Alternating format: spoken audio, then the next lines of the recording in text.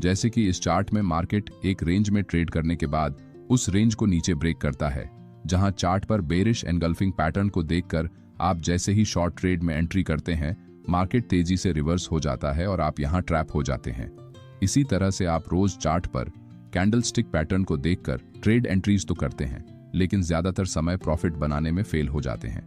इसलिए आज के वीडियो में हम चार्ट पर कैंडलस्टिक पैटर्न को आइडेंटिफाई करके सही जगह कैसे ट्रेड लेना है, इसके कुछ टेक्निक्स के बारे में सीखने वाले हैं।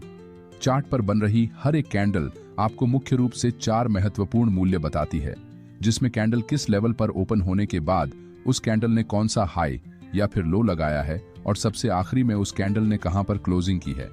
इन्हीं वैल्यूज के ऊपर कैंडल्स की साइज और उसकी मूवमेंट डिपेंड होती है। कैंडल की ओपनिंग और क्लोजिंग प्राइस में जितना ज्यादा अंतर होगा, कैंडल की साइज उतनी ही बड़ी या फिर छोटी होती है।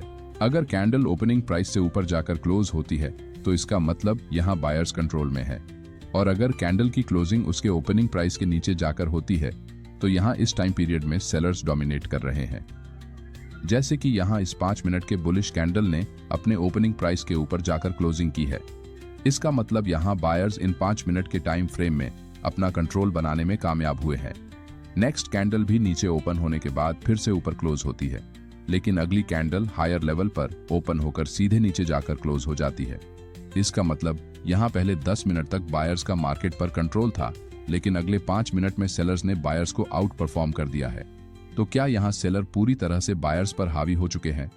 अगर आप सिर्फ आखिरी के 5 मिनट के कैंडल की बात करेंगे तो यहां सेलर्स बायर्स पर हावी है। अब आप में से बहुत से ट्रेडर कहेंगे, तो क्या अब हमें यहां शॉर्ट ट्रेड में एंट्री करनी चाहिए? इसका आंसर है नहीं, आपको यहां शॉर्ट ट्रेड में एंट्री नहीं करनी है, क्योंकि अगर आप इन तीनों कैंडल्स को मिलाकर एक 15 मिनट टाइम फ्रेम की कैंडल बनाकर देखेंगे तो यहां जिस प्राइस लेवल पर इस कैंडल की ओपनिंग हुई थी, कैंडल की क्लोजिंग लगभग उसी लेवल के पास हो गई है।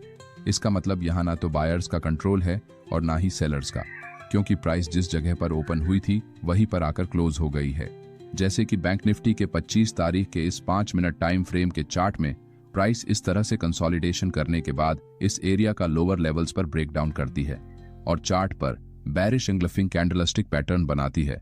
अब अगर इन लास्ट 2 कैंडल्स को आप देखेंगे तो यहां मार्केट में सेलर्स अपना कंट्रोल बनाने में कामयाब हो चुके हैं, जिसे देखकर बहुत से ट्रेडर यहां शॉर्ट ट्रेड में एंट्री करते हैं, जो कि मेरे हिसाब से एकदम गलत एंट्री सेटअप है।